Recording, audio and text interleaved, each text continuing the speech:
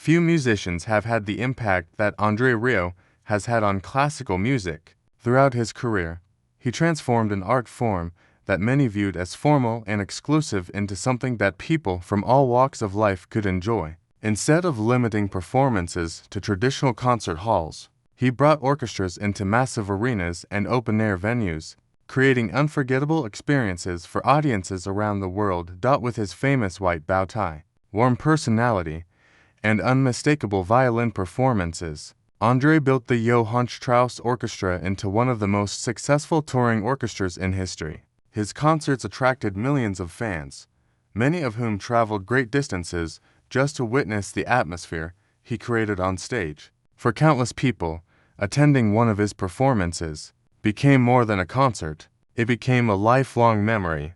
But the success everyone admired came with years of sacrifice that were rarely seen by the public. Behind the sold-out shows and worldwide recognition was a man who carried the weight of enormous expectations from an early age. His life was shaped by discipline, relentless work, and personal sacrifices that stretched far beyond the stage. While audiences celebrated the happiness he brought through music, few understood the determination and challenges that helped build his extraordinary career. André Rieu was born on October 1, 1949, in Maastricht, a historic city in the southern Netherlands known for its rich cultural traditions. Music surrounded him from the very beginning. It wasn't simply entertainment inside his home, it was part of everyday life. His father, Johann Rieu, served as the conductor of the Maastricht Symphony Orchestra and believed deeply in discipline and excellence. Those values influenced the entire household. Practice schedules were taken seriously, mistakes were expected to be corrected, and dedication was never considered optional. As the fifth of 6 children, André grew up in an environment where achievement was encouraged from an early age. At just 4 years old, he was introduced to the violin. Although the instrument seemed almost too large for such a young child, learning it quickly became part of his daily routine. Looking back on those years, André often described his father as a man who rarely needed to raise his voice. A quiet moment after a mistake could leave a stronger impression than any lecture. Those silent moments taught him discipline, patience, and the importance of constantly improving. Outside the home, life wasn't much easier. At school, many classmates already knew he was the son of a respected conductor. Because of that reputation, expectations followed him wherever he went. Small mistakes often felt larger, and success was simply expected rather than celebrated. Despite the pressure, André wasn't considered a child prodigy. He was an ordinary student with a deep love for music and an unwavering determination to keep learning. While others may have relied on natural talent alone, he depended on persistence and countless hours of practice. As he grew older, another realization began to take shape. Whenever he attended traditional classical concerts, he noticed how formal everything seemed. The music itself was beautiful, but the atmosphere felt distant. Audiences remained quiet, applause followed strict traditions, and there appeared to be an invisible barrier separating the performers from the people listening. André acute believed music could create a stronger connection than that. He imagined concerts where audiences could smile, laugh, clap along, and truly become part of the performance instead of simply observing it from a distance. At the time, it was only a dream. Years later, that dream would completely change the course of his life and the future of classical music itself. After completing his musical education, André Rieu entered the professional world as a talented violinist. He had the technical skills, years of training, and a deep appreciation for classical music. Yet something still felt incomplete. The traditional concert scene didn't match the vision he had carried since childhood. He believed classical music should bring people together, not intimidate them. By the mid-1980s, André decided it was time to take a risk. In 1987, he founded the Johann Strauss Orchestra with just 12 musicians. Instead of focusing on modern classical programs, the group performed famous waltzes, operettas, and timeless melodies that had once been loved by millions but were no longer common in major concert halls. To many people in the classical music world, the idea seemed unrealistic. Critics questioned whether audiences would pay to hear music they considered old-fashioned. Some believed the project would disappear after only a few performances. The early years were anything but glamorous. The orchestra played in small theaters, community halls, and local venues throughout the Netherlands. Crowds were often small, and ticket sales were unpredictable. Financially, every concert carried a risk, but André refused to abandon his dream. He wasn't trying to impress critics. His goal was much simpler.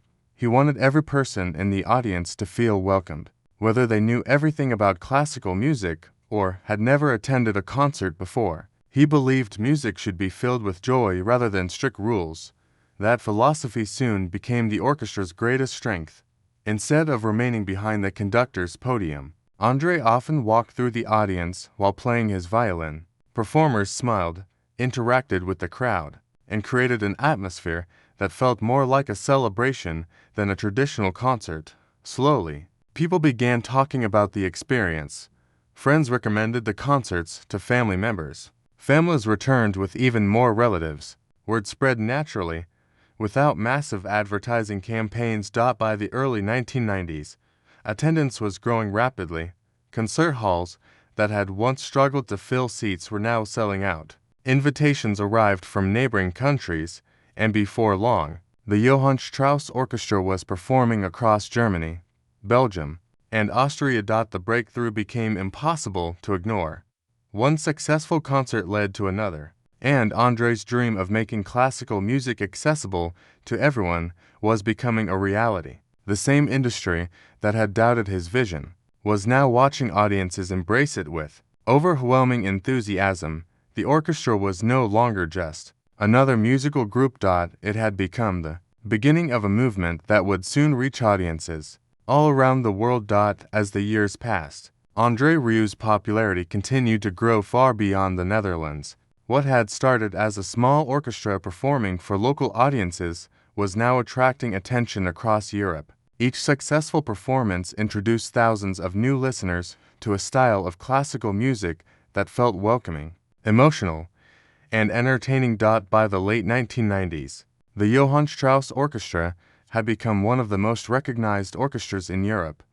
One of the defining moments came when André organized large outdoor concerts in his hometown of Maastricht. The city's historic square became the perfect stage for his vision. Instead of performing inside a traditional concert hall, he created spectacular open-air productions where thousands of people gathered to enjoy music.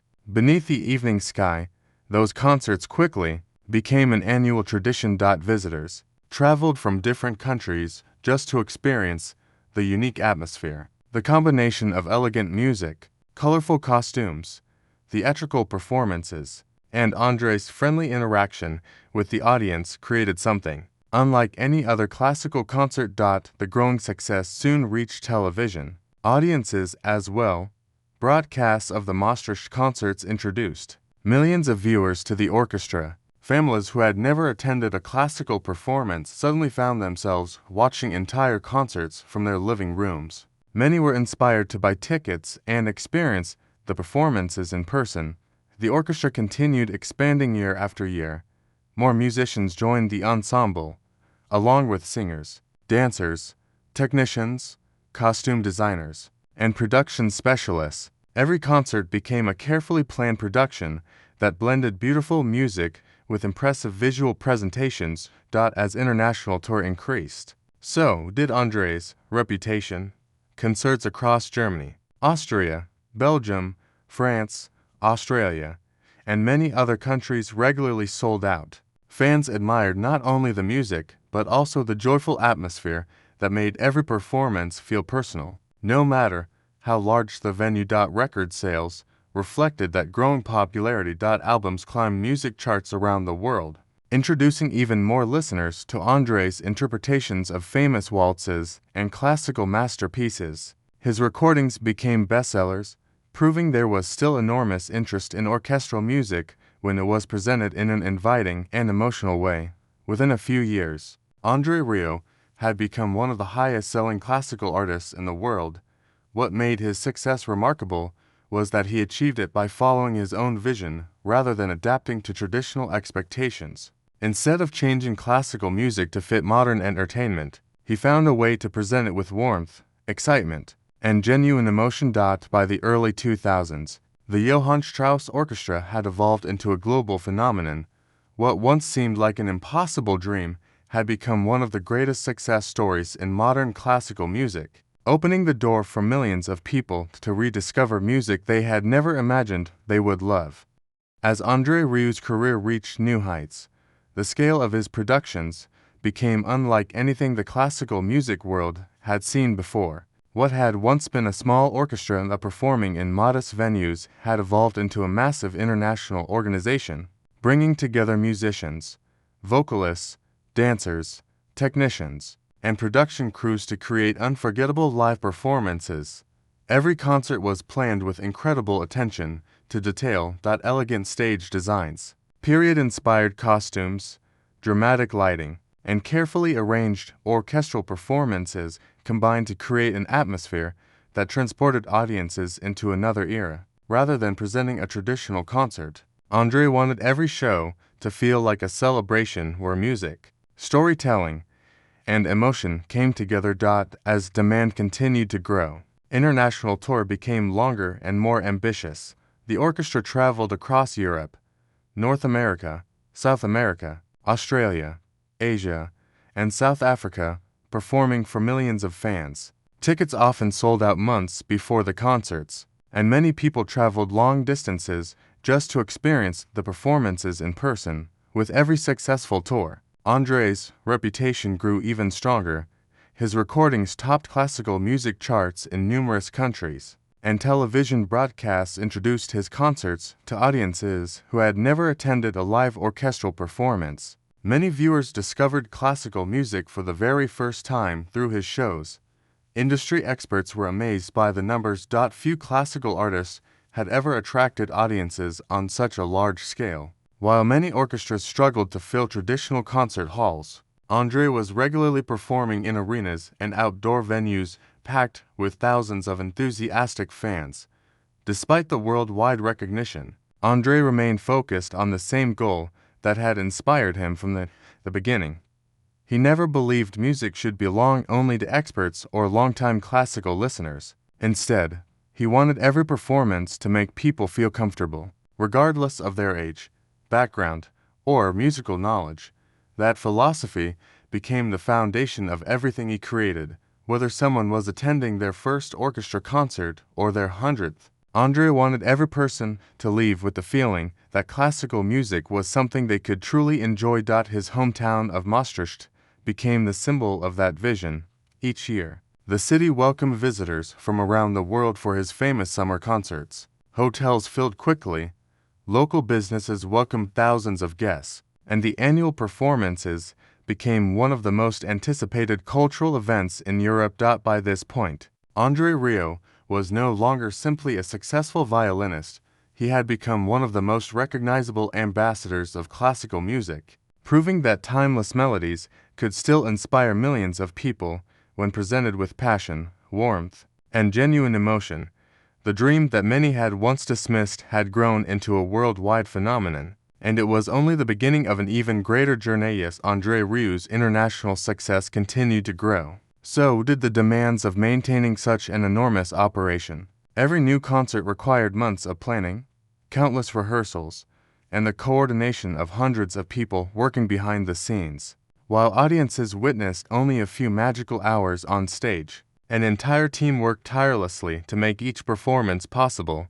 Behind the spotlight, André carried responsibilities that extended far beyond playing the violin. He was deeply involved in shaping every production, from selecting the musical program to reviewing stage designs and ensuring that every performance reflected the experience he wanted audiences to remember. Nothing was left to chance, but achieving that level of perfection came with a price. Year after year, the orchestra followed an intense touring schedule that took them across continents. Long flights, constant rehearsals, changing time zones, and back-to-back performances became a normal part of André's life. While millions of fans enjoyed unforgettable evenings, the demanding routine slowly began taking a toll on him personally. Time away from home became one of the greatest sacrifices, although his family always supported his dream. Months of international travel meant missing many of life's ordinary moments. Like countless performers who spend much of their lives on the road, André often found himself balancing his dedication to audiences with the desire to spend more time with those closest to him. His wife, Marjorie, remained one of the strongest foundations of his success. Long before the orchestra achieved worldwide fame, she believed in André's vision and stood beside him during the difficult years when success was far from guaranteed. As the organization expanded, she played an important role behind the scenes, helping manage the growing business while supporting their family through decades of constant travel. Together, they faced challenges that few people outside the music industry ever saw. Building an internationally successful orchestra required not only artistic talent, but also enormous commitment, patience, and teamwork. Every milestone represented years of effort shared by many people working quietly in the background. As André often reflected on his journey, he recognized that no achievement is accomplished alone. The applause belonged to the orchestra, the crew, his family, and everyone who had believed in the dream from the very beginning. Without their dedication, the worldwide success of the Johann Strauss Orchestra would never have become possible. While audiences celebrated the joy he created on stage, André understood that the greatest accomplishments in life are often built through years of quiet sacrifice, determination, and the support of those who remain beside us through every challenge. Those lessons would become even more meaningful as the years ahead brought new obstacles that no amount of success could prevent.